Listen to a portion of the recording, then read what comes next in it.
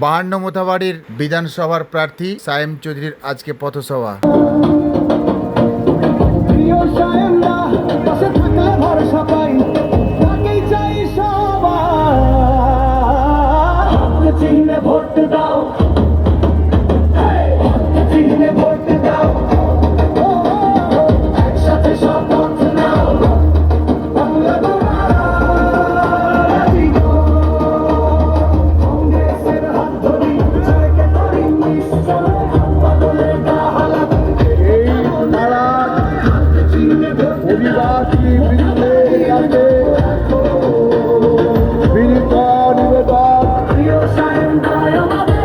আমাদের 52 মোথাবাড়ি